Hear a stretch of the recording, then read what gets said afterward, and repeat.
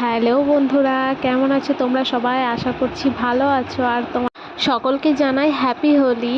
এই দেখো, আমি সকাল সকাল উঠে খাওয়া দাওয়া করে ড্রেস চেঞ্জ করে ফুল হোলি খেলার জন্য রেডি হয়ে নিয়েছি। এই দেখো, তারপরে আমি কিছু রিলস বানিয়ে পাশের একটা মামিদের বাড়িতে চলে এসেছিলাম। মামি ফোন করেছিল, দিয়ে মামি এখানে বোঝাচ্ছিল সবাইকে যে আমরা এইভাবে ভিডিও করব। তারপরে আমরা কিছু রিলস বানিয়েছিলাম এখানে দাঁড়িয়ে। এই দেখো, মামি রিলস বানাচ্ছিল আর আমরা রং মাখামাখি করতে গিয়ে মামির রিলসটাই পুরো নষ্ট করে দিয়েছি। মামিদের সাথে কিছু রং মাখামাখি করার পরে আমি বাড়ি এসেছিলাম তোমাদের দাদা আমাকে রং মাখাবে বলে। দেখো, তোমাদের দাদা আমাকে রং মাখাচ্ছে, মনে হচ্ছে তোমাদের দাদার হাতে রঙই উঠছে না। আর আমি তোমাদের দাদাকে তারপরে রং মাখিয়ে বোঝাচ্ছিলাম, এই দেখো রং এইভাবে মাখাতে হয়। তার কিছুক্ষণ পরে দিদা এসেছিল আমাদের বাড়িতে, দিদা আমাকে রং দিচ্ছিল, আমিও দিদাকে দিয়েছি। তারপরে আমি আমার শাশুড়ি মাকে রং লাগাতে এসেছিলাম। উনি বলছিল আমাকে অল্প করে দেবা, আমার মাথায় কিন্তু দেবা না, অনেক কথা। তার আমি আবার বলছিলাম যে রং মাখো, এখন তোমার ছেলে মিষ্টি আনেনি, বিকেলে মিষ্টি আনবে তখন খাওয়াবো। তারপরে মা আবার আমাকে রং মাখালো। আর এই দেখো, তোমাদের দাদা খালি গায়ে দাঁড়িয়েছিল, আমি তোমাদের দাদার সাথে কেমন শয়তানি করছিলাম। তারপরে মাকে বলে একটা আইসক্রিম নিয়ে বাড়ি থেকে বেরিয়ে গেছিলাম। আর রাস্তায় তো সবাই রং নিয়ে পিচকারি নিয়ে দাঁড়িয়ে রয়েছে। আমরা যাচ্ছিলাম সবাইকে রং মাখানোর জন্য। প্রথমে আমরা সুদীপ দাদাদের বাড়িতে যাব, আর ওদের বাড়িতে যেতে গিয়ে দেখছি সবাই রাস্তায় দাঁড়িয়ে রং খেলা করছে ওদের বাড়ির সামনে।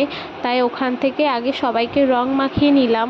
সুদীপদা তো বাজারে গেছিলো, মিষ্টি রানীকে তো দেখতে পাচ্ছিলাম না। তারপরে সুদীপদার দাদা ওই তোমাদের দাদাকে রং মাখাচ্ছিল। তোমাদের দাদা তো এসে এখনও গাড়ির থেকে নেমেও সুমোর পায়নি। তারপরে আমি ওদের বাড়ির ভেতরের দিকে চলে যাচ্ছিলাম।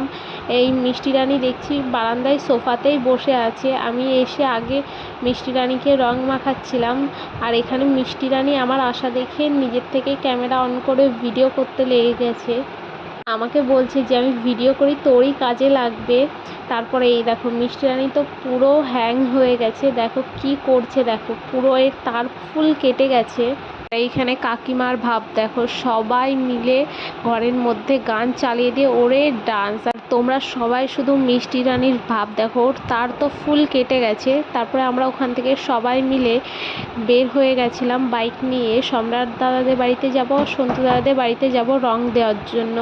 আমরা সবাই মিলে প্ল্যান করলাম, সন্তু দাদা বাড়ি নেই, তাই কি হয়েছে, ওদের বাড়িতে গিয়ে কাকু কাকিমাকে রং লাগিয়ে আসবো। আর এই দেখো, আমরা সবাই রাস্তায় চলে এসেছি। মিষ্টি রানীকে সুদীপদা নিয়ে আসেনি বলে ও রাগ দেখাতে দেখাতে আসছে। তারপরে আমরা সম্রাট দাদাদের বাড়ির সামনে এসে দাঁড়িয়েছিলাম। আর তোমাদের দাদা ভাই ও সম্রাট দাদার মা বাবাকে ডাকতে গেছিলো ঘরের ভেতরে। ওদেরকে রং লাগিয়ে আমরা সোজা সন্তু দাদাদের বাড়িতে চলে এসেছিলাম। এখানে সবাইকে রং টং মাখিয়ে বাড়ির জন্য বেরিয়ে গেছিলাম। এই দেখো, আমি বাড়ি চলে এসেছি পুরো রং মেখে ভূত হয়ে।